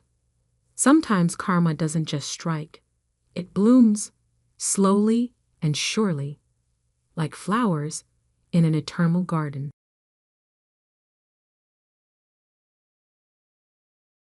I never expected an ordinary Tuesday evening to shatter everything I thought I knew about my family. I was at home, preparing dinner while my 5-year-old daughter, Sophie, colored at the kitchen table when my phone rang. My mother's voice trembled on the other end. Olivia, your father, he's had a heart attack. We're at Memorial Hospital. The world seemed to tilt beneath my feet. My father, Michael Bennett, had always been the picture of health. Running marathons at 60, eating organic before it was trendy, and lecturing us endlessly about the importance of exercise. A heart attack seemed impossible. I'm on my way, I managed to say, already reaching for my car keys. My husband James arrived within minutes to watch Sophie, giving me a tight hug before I left. He'll be okay, he whispered. Your dad's the strongest person I know. The drive to the hospital felt surreal. Memories flooded back, Dad teaching me to ride a bike, his proud smile at my college graduation, the way he cried when he walked me down the aisle. He had always been my rock, the one constant in a world of uncertainties. The emergency room was chaos. Nurses rushing past, monitors beeping, the sharp smell of disinfectant burning my nose. Mom sat in a plastic chair, her usually perfect makeup streaked with tears. She jumped up when she saw me, pulling me into a desperate embrace. They're running tests, she said, her voice muffled against my shoulder. He was at his office when it happened. Thank God his assistant recognized the symptoms and called 911 immediately. I held her tightly, trying to be strong even as fear clawed at my chest. Dad had to be okay. He was only 62, too young, too vital to be lying in a hospital bed. Hours crawled by. My younger brother Marcus arrived, his law firm suit wrinkled, his face drawn with worry. We sat together in tense silence, jumping every time a doctor walked past. Finally, around midnight, a tired-looking physician approached us. "Mr. Bennett is stable," he said, and I felt my mother sag with relief beside me. "He's asking to see his daughter. Just one visitor for now." Mom squeezed my hand. "Go. Tell him I love him." I followed the doctor through sterile corridors, my heels clicking against the linoleum floor. Dad lay in a private room, looking smaller somehow against the white hospital sheets. Tubes and wires connected him to various machines that beeped steadily in the dim light. "Hey, Daddy," I whispered, taking his hand. His skin felt cold. His eyes fluttered open, focusing on my face with an intensity that made me uncomfortable. "Olivia," he said, his voice hoarse, "I need to tell you something. Something I've carried for 30 years. Dad, you should rest. We can talk later." His grip on my hand tightened. "No, it has to be now. If anything happens to me, you need to know the truth." "What truth?" He closed his eyes for a moment, as if gathering strength. When he opened them again, they were filled with tears. "I'm not your biological father. Your mother doesn't know. No one knows except me and your real father." The world stopped. Blood rushed in my ears as I stared at him, certain I had misheard. "What are you talking about?" Dad reached beneath his pillow with trembling hands, pulling out an envelope that looked old and worn. "I've carried this letter for 30 years. Read it. You'll understand everything." I took the envelope, my fingers numb. The paper was yellowed with age, the handwriting unfamiliar yet somehow familiar at the same time. As I began to read, my father's monitors beeped steadily in the background, marking the moments as my entire world began to unravel. "Dear Michael," the letter began, "by the time you read this, I'll be gone. Catherine doesn't know, and she can never know, but Olivia is my daughter. That night, the one you were away at your father's funeral, I've carried the guilt for years. Catherine was vulnerable, grieving over her sister's death, and I was there to comfort her. We both regretted it immediately. When she told me she was pregnant, I knew I had to leave. You're a better man than I ever could be. Love her, protect her, and please, forgive me. Daniel." I looked up from the letter, my vision blurring with tears. Daniel? Mom's brother-in-law? The one who disappeared after Aunt Sarah died. Dad nodded slowly. "Your mother was devastated when Sarah died. I was away, dealing with my father's funeral arrangements. Daniel was there for her, and they made a mistake. One night, that's all it took." My mind raced, trying to process this impossible revelation. Daniel had been married to my mother's sister, Sarah. After Sarah died in a car accident, he had vanished, leaving behind a successful law practice and countless unanswered questions. Mom had always spoken of him with a mixture of anger and sadness, calling him a coward for running away when the family needed him most. But how did you know?" I stammered. "Did he tell you?" Dad's fingers played with the edge of his blanket. "No.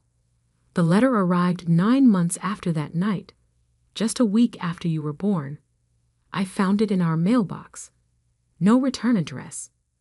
I recognized his handwriting immediately." "And you never said anything for 30 years? What good would it have done?" Dad's voice was tired, but firm. "Your mother was happy. You were perfect, This beautiful baby girl who looked at me with such trust. I made my choice that day. I burned the envelope, but I kept the letter. Just in case. In case of what? In case something happened to me. You deserve to know the truth about where you come from. But Olivia, his grip on my hand tightened again. This doesn't change anything. You're my daughter in every way that matters. I sat there, letting the tears fall freely now. Every memory of my childhood seemed to shift and reshape itself.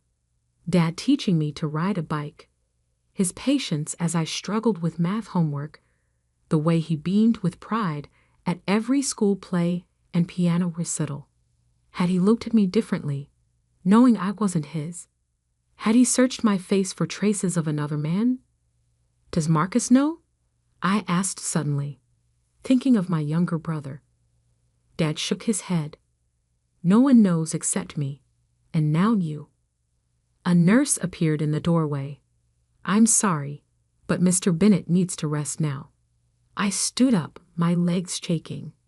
The letter felt like it was burning a hole in my pocket. I'll be back tomorrow, I promised, leaning down to kiss his forehead. Olivia, he called as I reached the door. Whatever you decide to do with this information, know that I love you. I've loved you since the moment I first held you, and nothing will ever change that. I nodded, unable to speak, and fled into the hallway. Mom and Marcus looked up expectantly as I approached the waiting room. How is he? Mom asked, reaching for my hand. I looked at her face, the face of a woman who had no idea that her 3-decade-old secret was about to surface. She had no idea that her moment of weakness with her dead sister's husband had created me, or that her husband had carried this burden alone all these years. He's resting, I said quietly. The doctors say he'll be okay.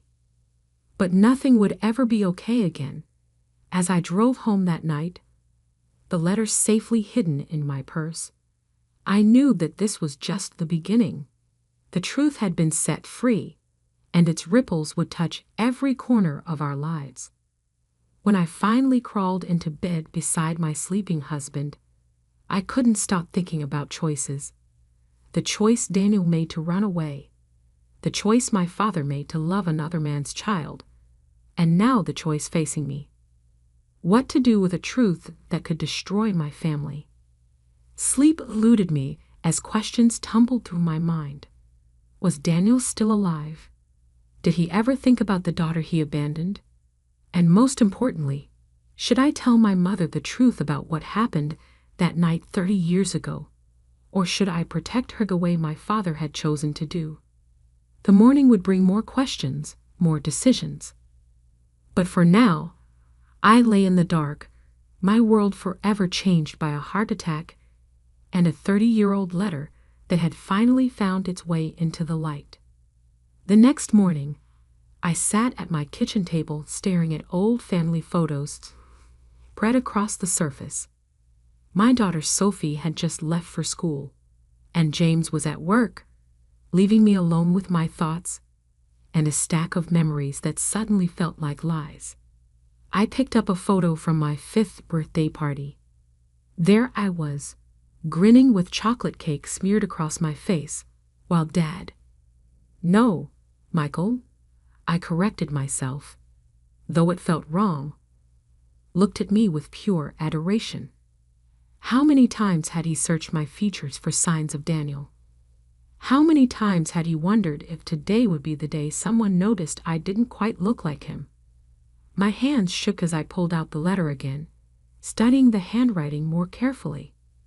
Daniel Parker, my biological father. I remembered him vaguely from childhood, always at the edges of family gatherings before Aunt Sarah's death. Tall, with dark hair like mine. Quiet, but with a sharp wit that made everyone laugh. He disappeared shortly after Sarah died, and no one had heard from him since. My phone buzzed. Mom calling for the 3rd time this morning. I let it go to voicemail. How could I talk to her knowing what I knew? How could I look into her eyes and not blurt out the truth? Instead, I opened my laptop and typed Daniel Parker lawyer into the search bar. Hundreds of results popped up, but most were too recent or from other states. Then, buried on page 4, I found an old newspaper article from 1993. Local attorney Daniel Parker leaves prestigious firm. The article mentioned his departure from Stewart and Associates, one of the city's top law firms, citing personal reasons following his wife's tragic death. There was a photo my breath caught. I had my mother's smile. But those eyes? Those were undeniably his. My phone buzzed again. This time, it was Marcus. Liv, where are you? Mom's freaking out. Dad's being moved out of ICU today. I closed my eyes, guilt washing over me. In my obsession with the past, I'd almost forgotten about Dad's condition. I'm on my way, I promised. The hospital was quieter today, sunlight streaming through large windows. Mom sat beside Dad's bed, holding his hand while he slept. She looked up when I entered, her face drawn with exhaustion. There you are. I've been so worried. Why haven't you been answering your phone? Sorry. I mumbled, avoiding her eyes. Had to get Sophie to school, then got caught up with some work stuff. Dad's eyes fluttered open. When he saw me, something passed across his face. Fear? Regret? Before I could decipher it, Marcus burst in with coffee and bagels. Breakfast for everyone, he announced cheerfully. The doctor says Dad can start eating normal food today. I watched my mother fuss over the food, watched Marcus joke with Dad about hospital gowns, and felt like I was watching actors in a play. Did Marcus suspect anything? Would he hate me if he knew I wasn't really his full sister? After breakfast, Mom went to fill out some paperwork, and Marcus stepped out to take a work call. Finally, alone with Dad, I pulled out the letter. I need answers, I said quietly. Real ones. Dad sighed, looking older than I'd ever seen him. Ask me anything. Did you ever try to find him after he sent this? Once, Dad admitted. About a year after you were born, I hired a private investigator. My heart skipped. And he'd moved to Europe, France specifically. The PI found that he'd started a new law practice in Paris. France, an entire ocean away. Had he run that far to escape his guilt? Or was there more to the story? Did you ever? I swallowed hard. Did you ever resent me? Knowing I wasn't yours? Dad's eyes filled with tears. Never. Not for a single moment. The day you were born, the nurse placed you in my arms, and you grabbed my finger with your tiny hand. In that moment, biology didn't matter. You were mine. I wiped my eyes. Why tell me now, after all these years? Because secrets have a way of coming out eventually, he said softly. And because you deserve to know your own story. But Olivia? He reached for my hand. Whatever you decide to do with this information, please be careful with your mother's heart. I nodded, but my mind was already racing ahead. Daniel Parker was in France. It wasn't much, but it was a start. That evening, after putting Sophie to bed, I finally told James everything. He listened without interrupting, holding me as I cried. What are you going to do? He asked when I finished. I don't know, I admitted. Part of me wants to forget I ever learned this. Go back to normal life. But I can't. I need to know why. Why he left. Why he never tried to contact me. Why? My voice broke. Why wasn't I enough for him to stay? James held me tighter. Whatever you decide, I'm here. We'll figure this out together. Later that night, I couldn't sleep. I got up and went to my home office, opening my laptop. My cursor hovered over the search bar for a long moment before I typed, "Flights to Paris." The next morning, I arrived at the hospital early, before anyone else. Dad was awake, looking stronger. "I need you to tell me everything you remember about that time," I said without preamble. About Daniel, about Mom, about what happened after Sarah died. Everything. Dad was quiet for a long moment, then began to speak. It was a difficult time. "Your Aunt Sarah's death was sudden, a car accident on a rainy night. Your mother was devastated. They were so close. I had to leave for my father's funeral 2 days later. I didn't want to go, but..." He trailed off, lost in memories. Daniel was different after Sarah died. Withdrawn, angry. He and Sarah had been trying for a baby when she died. I think that made it harder. "Did you ever suspect? About him and Mom?" Dad shook his head. "Never. Not until the letter came. Your mother was so happy when she found out she was pregnant. She thought it was a miracle, given how long we'd been trying." My throat tightened. "You never tried for another baby after me?" "We did, actually, but it never happened. Now I wonder if..." He stopped, pain crossing his face. "If you couldn't have children at all," I finished softly. "If that's why Mom never got pregnant until..." Dad nodded. "It doesn't matter now. You were all I ever wanted." I pulled out my phone, showing him the flight itinerary I'd been looking at. His eyes widened. "You're going to look for him?" "I have to," I said, "even if it's just to understand why." He was quiet for a long moment. "There's something else you should know. The PI. He found more than just Daniel's location." My heart stopped. "What do you mean?" "He had another family in France. A wife, 2 daughters about your age now." The room spun. "Sisters. I had sisters. Does Mom know about any of this?" A new voice asked from the doorway. We both turned to see Marcus standing there, his face pale. Horror washed over me. "Marcus, I heard everything," he said quietly.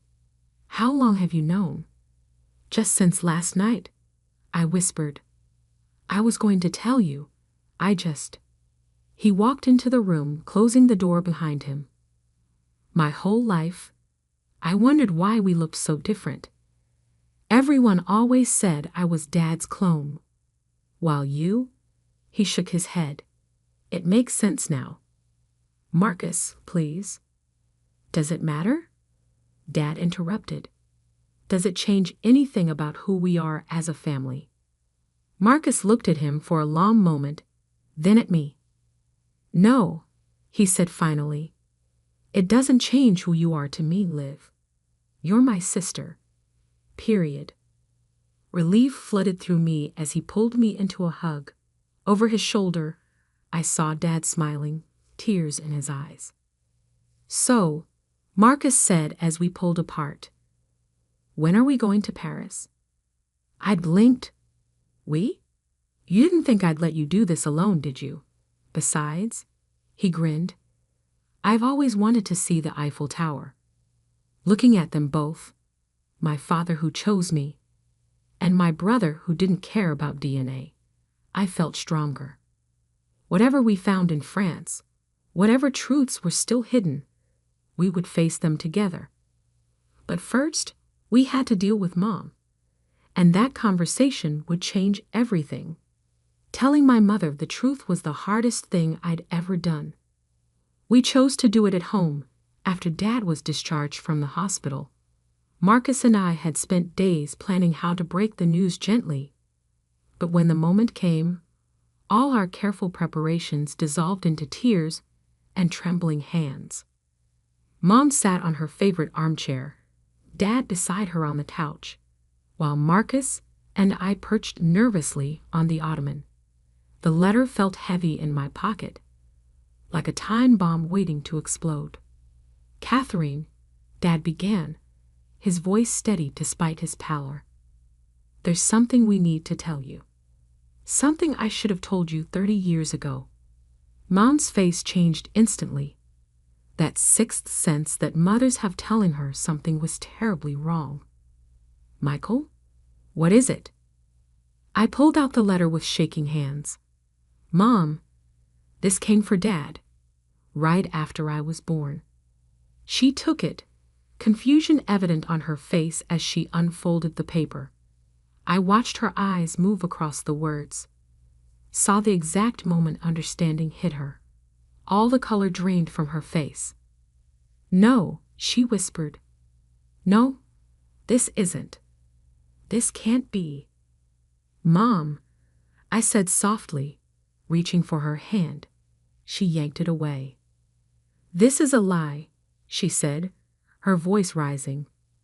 "Daniel, how dare you? How dare you suggest?" "The night at Sarah's house," Dad said quietly, "when I was away at my father's funeral." Mom stopped breathing. Her hands flew to her mouth as 30-year-old memories crashed over her. "Oh God," she choked out. "Oh God, no." The room fell silent except for her muffled sobs. I wanted to go to her, to hug her, but I didn't know if she'd accept comfort from me now. The living proof of her greatest mistake. "Why didn't you tell me?" she finally asked Dad, her voice raw. "All these years."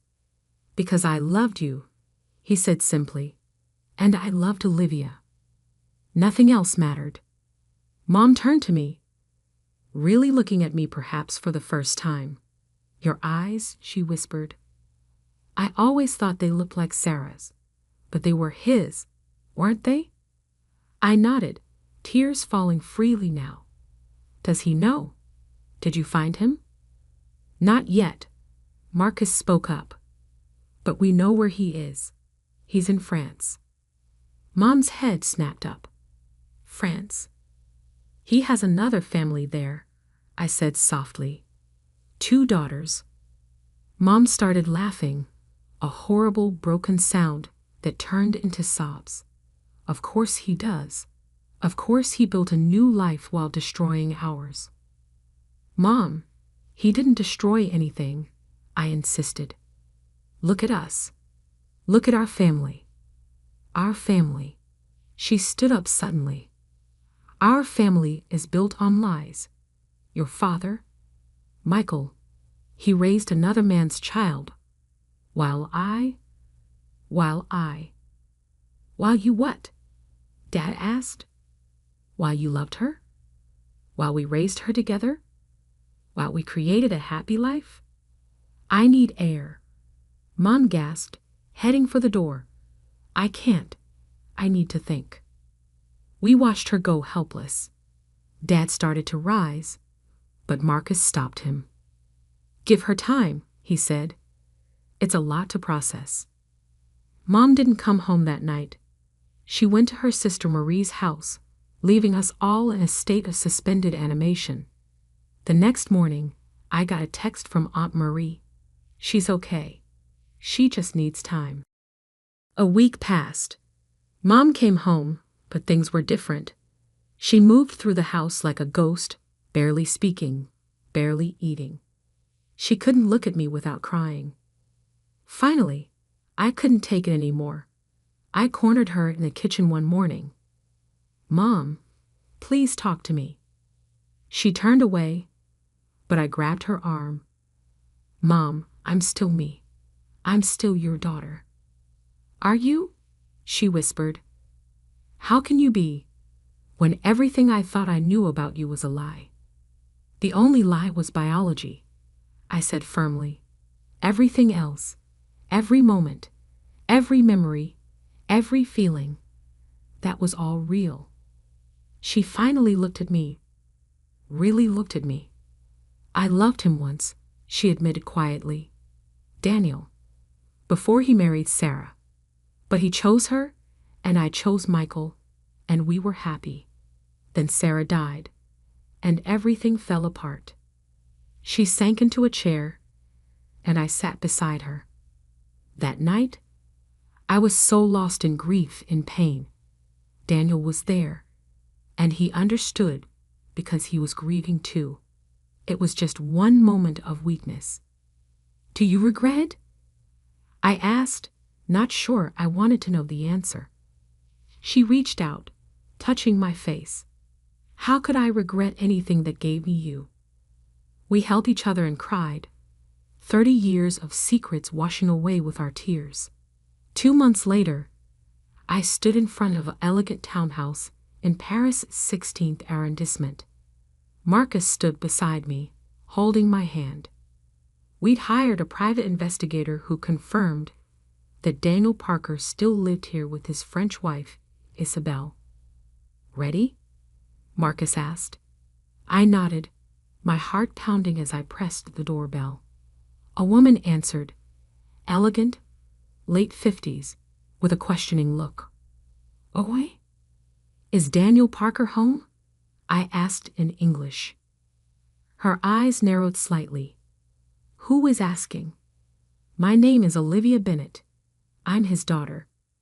The woman's face went completely white. Without a word, she turned and walked inside, leaving the door open. We heard rapid French being spoken, then footsteps. And suddenly, there he was, Daniel Parker, my biological father. He looked older than in the photos, his dark hair now gray. But those eyes, my eyes, were exactly the same. He stared at me like he was seeing a ghost. Olivia, he breathed. How?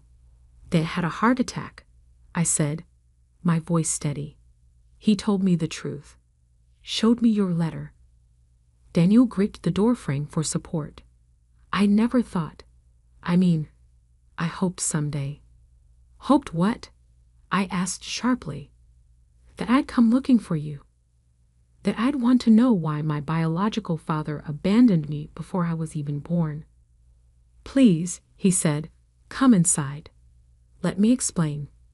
The next 2 hours were surreal. We sat in his elegant living room while he told his story.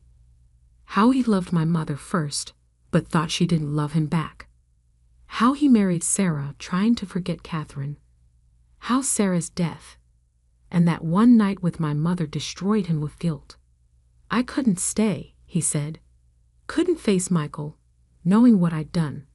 Couldn't look at Catherine without remembering. So I ran, came to France to start over, and never looked back. Marcus asked coldly. Daniel flinched. I looked back every day. I kept track of Olivia from afar. School achievements, graduations. I have a whole file. He disappeared into his study and returned with a thick folder. Inside were newspaper clippings, school photos taken from yearbooks, even a program from my college graduation. You were there? I asked, stunned. He nodded. In the back. I left before anyone could see me. Why didn't you ever reach out? Because Michael was a better father than I could ever be, he said simply. He loved you completely, without reservation. I was a coward who ran away. You deserved better than me. And your daughters here? Marcus asked. Did they deserve better too? Daniel's face crumpled. Sophie and Marie don't know about you. Isabelle knows. She's the only one I've ever told. I've spent 30 years trying to make up for my past mistakes by being the best father I could be to them. As if on cue, the front door opened and 2 women about my age walked in, stopping short when they saw us. Papa, one of them asked. Qui sont-ils? Daniel looked at me, a question in his eyes. I nodded slightly. What followed was another hour of explanations, tears, and revelations. My half-sisters were shocked but not hostile. They asked questions, shared photos, tried to bridge 30 years of separation in a single afternoon. Before we left, Daniel pulled me aside. "I know I have no right to ask anything of you," he said, "but I'd like to be part of your life now, if you'll let me." I looked at him, this man who helped create me, then vanished, who loved me from afar, but never had the courage to face me, who built a new family while abandoning his old one. "I have a father," I said quietly, "a real one, who chose me every day for 30 years. But," I took a deep breath, "maybe we can start with coffee. Sometimes, get to know each other." His eyes filled with tears as he nodded. The flight home was quiet, both Marcus and I lost in our thoughts. When we landed, Mom and Dad were waiting at the airport. One look at our faces told them everything. "Did you find what you were looking for?" Dad asked as he hugged me. I held him tight, breathing in the familiar scent that meant safety and love and home. "Yes," I said, "I found out where I came from, but more importantly, I found out where I belong." Mom stepped forward hesitantly. Over the past 2 months, we'd begun to heal, to rebuild our relationship on a foundation of truth rather than secrets. "And where is that?" she asked softly. I looked at them, my mother, who gave me life, my father, who chose to love me, my brother, who stood by me through everything. "Right here," I said, "with my real family." 6 months later, we all gathered for Christmas. Mom, Dad, now fully recovered, Marcus and his girlfriend, James and Sophie, and yes, even Daniel, who flew in from Paris with Sophie and Marie. It was awkward at first, decades of secrets and pain sitting heavily between us. But then Sophie, my beautiful, innocent daughter, climbed into Daniel's lap and asked him to read her a story. And somehow, watching my biological father bond with my child while my real father looked on with a smile, I realized that family isn't about blood or biology, or even choice sometimes. It's about love. It's about forgiveness. It's about the courage to face the truth and the strength to rebuild from its ashes. Dad's heart attack had shattered our family's foundations, bringing 30 years of secrets into the light. But from those broken pieces, we built something new, something stronger, more honest, more real. And in the end, isn't that what family is really about?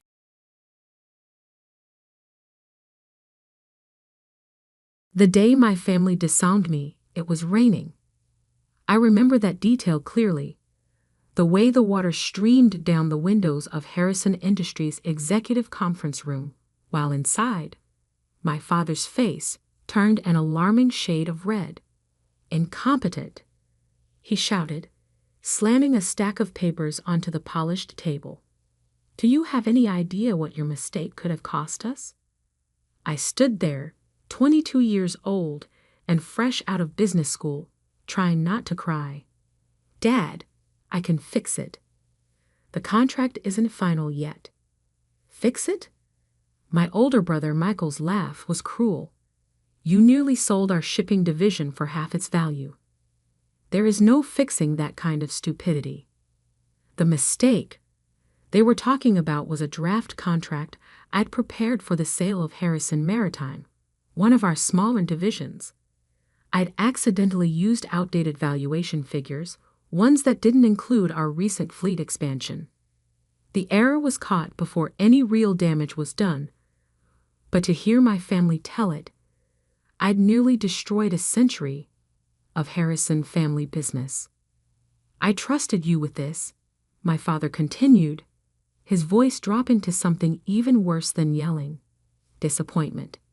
"I gave you a chance to prove yourself, and this is how you repay that trust." I tried to explain that I'd been working 80-hour weeks, that I'd been trying to handle both the maritime deal and the new tech acquisition they dumped on my desk. But excuses didn't matter in the Harrison family. Results were all they cared about. "Jack," my mother's voice from the doorway made us all turn. She stood there in her perfect channel suit, looking more like a CEO than the socialite she pretended to be. "The board is waiting." My father straightened his tie. "We'll finish this discussion later." But we didn't. That evening, I was called to my father's study, the room where 3 generations of Harrison men had made the decisions that built our family empire. The leather-bound books and old oil paintings seemed to watch disapprovingly as my father delivered his verdict. "You're done here," he said without preamble. "The board has lost confidence in your judgment. Your position at Harrison Industries is terminated, effective immediately." I felt like I'd been punched. "Dad, please. It was one mistake. A mistake we can't afford." He wouldn't even look at me. "You'll receive 6 months severance. After that, you're on your own." "You're firing me? I'm your daughter." Which is exactly why this hurts so much. He finally met my eyes. "You're not just an employee, Emma. You're a Harrison. We trusted you to live up to that name, and you failed." My mother's voice came from behind me. I hadn't even heard her enter. "We've arranged a position for you at your uncle's firm in Seattle, far enough away that this incident won't reflect badly on the family." I turned to face her, shocked. "You want me to leave New York?" "Want has nothing to do with it." Her perfectly painted lips barely moved. "The decision has been made. Your flight leaves tomorrow morning. And if I refuse—" My father's voice hardened. "Then you're on your own completely. No severance, no connections, no family support. Your choice." I looked between them, the parents who had pushed me toward business school, who had drilled the importance of the Harrison legacy into me since childhood. Now they were casting me aside over one mistake. "Some choice," I whispered. Only one person in the family stood up for me that night.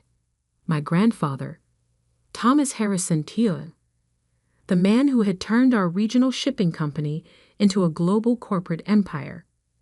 He stormed into my father's study just as I was leaving, his weathered face dark with anger. "Jack, you fool," he growled at my father. "You have no idea what you're throwing away." But my father stood firm.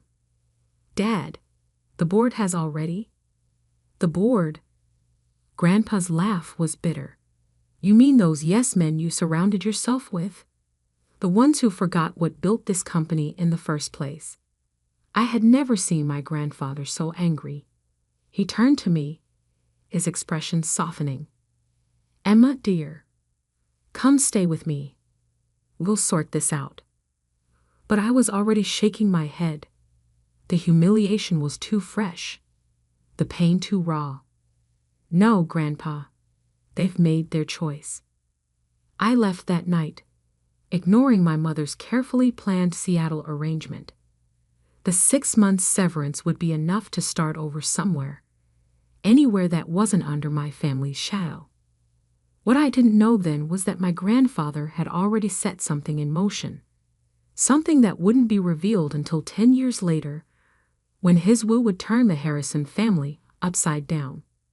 That night, I checked into a hotel using my personal credit card, soon to be my only credit card, once my corporate accounts were frozen. I sat on the generic floral bedspread and opened my laptop, staring at the draft contract that had supposedly destroyed my future. Except, something wasn't right.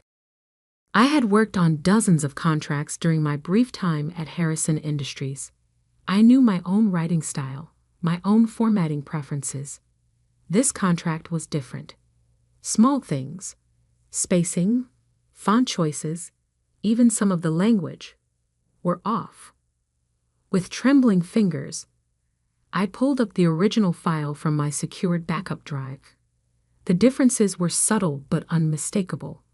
Someone had altered my work before it reached the board. Someone had wanted me to fail.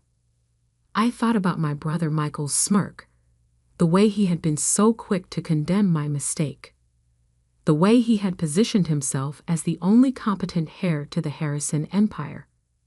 My grandfather's voice echoed in my head, "You have no idea what you're throwing away." But maybe I did. Maybe I understood exactly what had happened, and why. I closed my laptop and walked to the window, watching the city lights blur through the rain. 10 years ago, my great-grandfather had passed control of Harrison Industries to my grandfather instead of his older brother, a decision that had shocked the business world. History, it seemed, had a way of repeating itself in our family. My phone buzzed. A text from my grandfather. "Nothing is what it seems, Emma. Watch. Wait. Learn." I took a deep breath, making a decision that would shape the next decade of my life. I would not run to Seattle. I would not fade quietly into obscurity. I would watch. I would wait. And most importantly, I would learn exactly how deep this betrayal went. What my family didn't know, what even my grandfather couldn't have predicted, was that their mistake was about to turn into their worst nightmare. Because the contract I had actually prepared, the one that had been altered without my knowledge, it contained a hidden clause, a small but crucial detail that would only become apparent years later. A detail that would give me control of Harrison Maritime's most valuable assets, right when the family needed them most. I smiled at my reflection in the rain-streaked window. They thought they were teaching me a lesson about failure. Instead, they were about to learn one about underestimating the wrong person. My grandfather's next text arrived just as I was falling asleep. "Remember, dear, in business, as in chess, the queen is the most powerful piece on the board, even if some fools think she's just a pawn." I didn't understand his message then, but I would. Oh, how I would. 10 years is a long time to wait for revenge. But my grandfather taught me that patience was worth more than gold in the business world, and he was right. I spent the first year building my cover, a small consulting firm in Boston, far enough from New York to avoid family scrutiny, but close enough to keep tabs on Harrison Industries. My grandfather's cryptic messages continued, each one teaching me something new about our family empire. "Watch the shipping manifests for the Singapore route," he would text. Or, "Pay attention to the Anderson merger terms." Small breadcrumbs that helped me understand the bigger picture. The mistake that got me fired? It wasn't just about the maritime division. That contract had been a test. One designed to show the board that I wasn't fit to lead. What my brother Michael hadn't realized was that I had left my own test hidden in the fine print. Clause 23.4, subsection B, buried in the technical specifications. In the event of division restructuring or transfer of assets, original signatory maintains first right of refusal on all Pacific Rim shipping routes and associated infrastructure. A clause that would mean nothing for years, until Harrison Industries decided to restructure their entire shipping operation, which, according to my grandfather's intelligence, was exactly what they were planning. I built my new life carefully, layer by layer. My consulting firm, Phoenix Maritime Solutions, specialized in shipping logistics and port management. We were small but efficient, earning a reputation for solving complex problems that bigger firms couldn't handle. My brother Michael, meanwhile, was living the life of the chosen heir. I watched from afar as he appeared in business magazines, accepting awards and making grand promises about Harrison Industries' future. Our parents beamed in every photo, the perfect corporate family. Only my grandfather seemed to see through the facade. Your brother's latest acquisition is built on sand, he told me during one of our secret meetings. Always in small cafes far from Manhattan. He's leveraging the company's future on short-term gains. I nodded, stirring my coffee.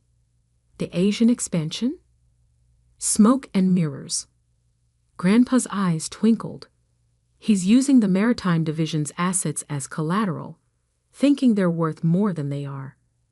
Because he never understood the real value was in the routes, not the ships, I finished. Exactly. He reached into his briefcase. Now, about those route licenses coming up for renewal. We spent the next hour reviewing documents that would have made my father's blood pressure spike. My grandfather wasn't just keeping me informed. He was teaching me how to take back what was rightfully mine. The years passed. I grew Phoenix Maritime Solutions into a respected name in the industry, though I stayed carefully out of the spotlight. My employees were handpicked, loyal, and well compensated for their discretion. None of them knew about my connection to Harrison Industries. I dated occasionally, but never seriously. The last man I trusted with my real identity had run straight to my brother with the information. After that, I kept my personal life as carefully controlled as my business one. My parents sent obligatory Christmas cards to my Boston address, cards I never responded to. Each year, they included a note about how well Michael was doing, how the company was thriving under his leadership. I filed each card away in a folder labeled Motivation. Then, 3 years ago, everything started changing. The cracks in Michael's perfect facade began to show. First came the whispers about missed payments to major suppliers. Then rumors of delayed shipments and angry clients. Harrison Industries' stock price, while still strong, showed troubling fluctuations. Your brother mortgaged the company's future, my grandfather explained during what would turn out to be our last meeting. Now those bills are coming due. He looked tired that day, more so than usual.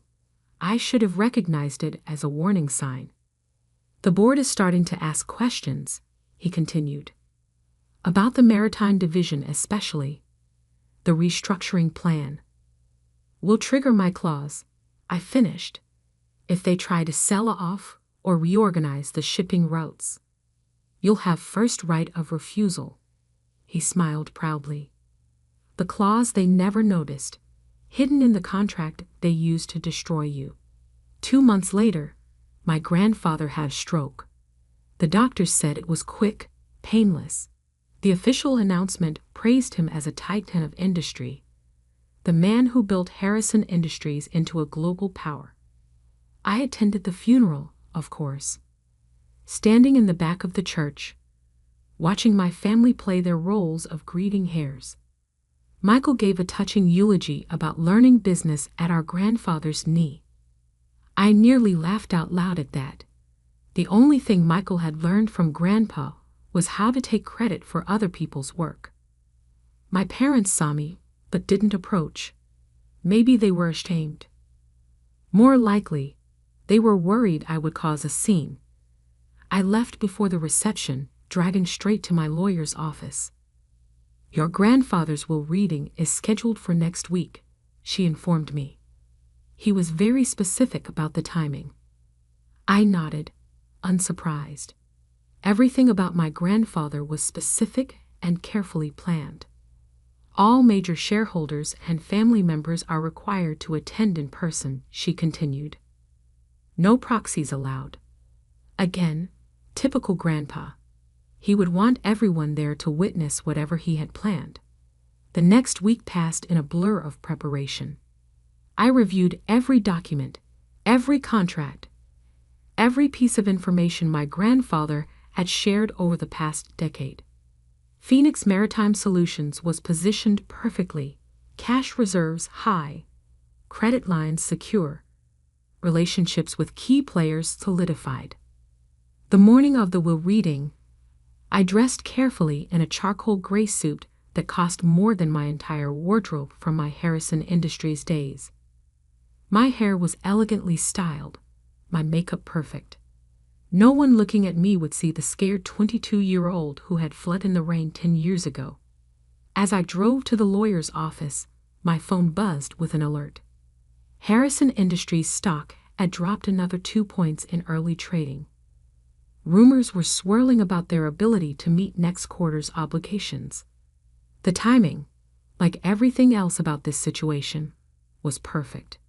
I parked my car and checked my reflection one last time. In my purse was a copy of the original maritime contract, the one with my hidden clause. In my briefcase were documents proving every mistake, every misstep, every bad decision my brother had made while playing corporate emperor.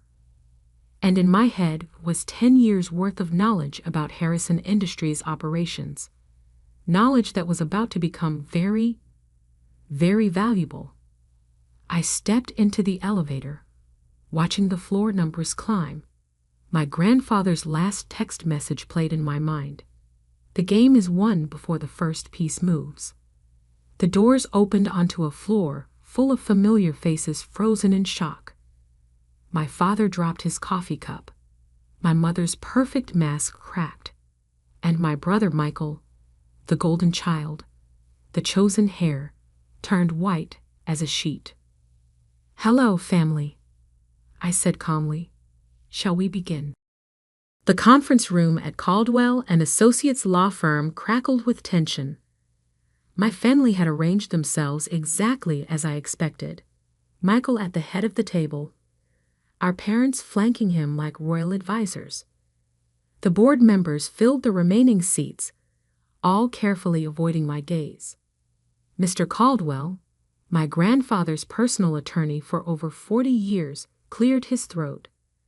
"Before we begin, I should note that Thomas was very specific about the order in which his will should be read. He left detailed instructions." Yes, Michael interrupted. "Can we get on with it? Some of us have a company to run." I bit back a smile. In a few minutes, that statement would be hilariously ironic. Mr. Caldwell opened an envelope, his expression carefully neutral. "Very well. This is the last will and testament of Thomas Harrison AI. The first few items were standard: personal belongings to various family members, charitable donations, arrangements for his staff." My mother dabbed at her eyes with a monogrammed handkerchief when he left her his antique jewelry collection. My father nodded approvingly at the size of the charitable endowments. Then came the part everyone was waiting for. Regarding Harrison Industries, Mr. Caldwell paused, adjusting his glasses. "The situation is complex." Michael leaned forward. "Complex how?" The succession plan was clear. As CEO, as interim CEO, Mr. Caldwell corrected. "Your position, like many things, was temporary pending the reading of this will." The room went silent. I watched the color drain from my brother's face as Mr. Caldwell continued reading. "To my grandson, Michael, I leave these words of wisdom. Power without understanding is like a ship without a rudder. You sought control, but never learned why our company worked. You chased growth without appreciating the foundation that supported it. And most tragically, you betrayed your own sister to advance yourself." Michael shot to his feet. "This is ridiculous. I didn't." "Sit down," Mr. Caldwell said firmly. "There's more." He pulled out another document, one I recognized, my original maritime contract. 10 years ago, a contract was deliberately altered to discredit Emma Harrison and force her removal from the company. I have here the original document, along with proof of who made those alterations. My father's face had turned an interesting shade of purple. "That's ancient history. The board's decision was based on falsified evidence, Mr. Caldwell finished. Evidence that Michael provided after tampering with his sister's work. The board members began murmuring among themselves. I noticed several of them eyeing the exits. Furthermore, Mr. Caldwell continued, the original contract contained a clause that becomes particularly relevant now. Emma, would you like to explain? All eyes turned to me. I stood slowly, smoothing my suit jacket. Clause 23.4, subsection B gives the original signatory, me, first right of refusal on all Pacific Rim shipping routes and associated infrastructure in the event of division restructuring. Which means nothing, Michael snapped. We're not restructuring the maritime division. Actually, I pulled out my phone, displaying the morning stock alerts. You are. The Singapore deal you announced last week? The one meant to save the company from the debt you've accumulated. It can't happen without restructuring the shipping operations. Which means you need my approval. I finished, and you won't get. The room erupted in chaos. Board members were already on their phones, likely calling their lawyers.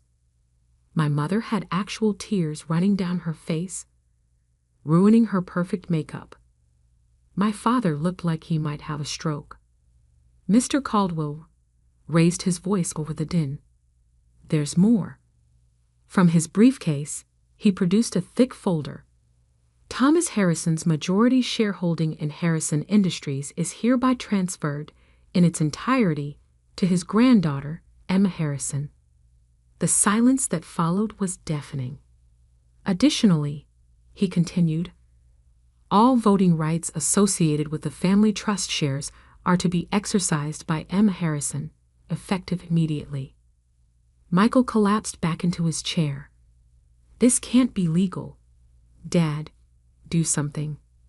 But our father was staring at another document Mr. Caldwell had placed on the table, a detailed report of Harrison Industries' finances under Michael's leadership.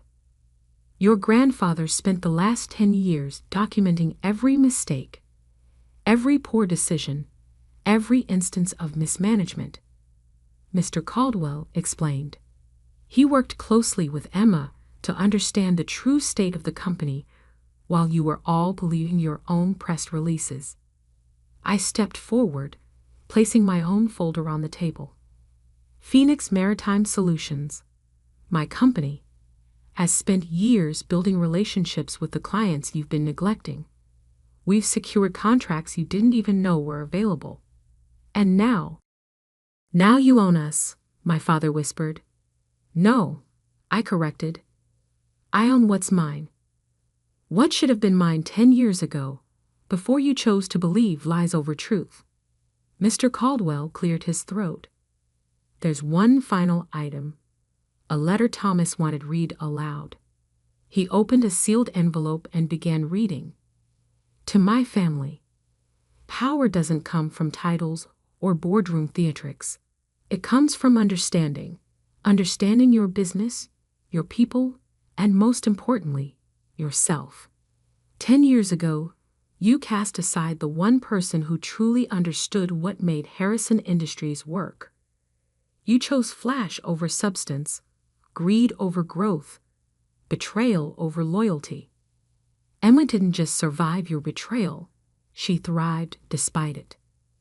While you were all watching Michael play CEO, she was learning every aspect of this industry.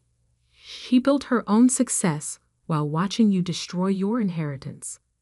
Consider this my final lesson in business. True leadership isn't about who can grab power fastest. It's about who can wield it wisely. Emma, the company is yours. Make it what it should have been all along. To the rest of you, learn from this if you can. With love and disappointment in equal measure, Thomas Harrison A.E. Michael was the first to break the silence. You planned this. All of it. You and Grandpa. No, I cut him off. You planned this the day you decided to forge documents to destroy my career. Grandpa and I just made sure you'd face the consequences. I turned to the board members. A car is waiting outside to take you to Phoenix Maritime's offices. My team will brief you on the restructuring plan we've developed. Those who wish to remain with the company will have the opportunity to prove their value. Those who don't, I smiled. Well, I hear my brother will be looking for work soon. You can't just walk in here and take over, my father protested weakly. Actually, that's exactly what I'm doing. I gathered my documents. The shareholders' meeting is in 1 hour. I suggest you all decide whose side you're on before then. I headed for the door, then paused. Oh, and Michael? Clear out your office by 5. I'm moving in tomorrow. The next few weeks were exactly what you'd expect when a decade of mismanagement comes to light. The press had a field day with the story. Harrison Harris returns. The greatest corporate comeback in history was my personal favorite headline. The shareholders, seeing the detailed plans I'd developed with my grandfather, overwhelmingly supported the transition. Harrison Industries' stock price stabilized, then began to climb as we implemented changes. Michael, predictably, tried to sue. His case fell apart when our father, finally facing the truth about his chosen heir, testified about the document forgery from 10 years ago. My mother attempted reconciliation in her own way. Lunch invitations, shopping offers, suggestions that we should all just move forward as a family. I declined every invitation. Some bridges, once burned, should stay ashes. 1 month after taking control, I stood in my grandfather's old office, my office now, looking out over the city. On my desk sat the contract that had started everything, framed as a reminder that sometimes losing is just winning in disguise. My phone buzzed, a text from an unknown number. I opened it to find a photo of my grandfather, taken the day he caught Michael altering my work. He'd kept it all these years, waiting for the right moment. Below the photo was a message, scheduled to be sent after his death. The Queen has taken her throne. Checkmate, my dear. Checkmate. I smiled, touching the frame of that old contract. The family that cast me out had thought they were ending my story. Instead, they had only written its beginning.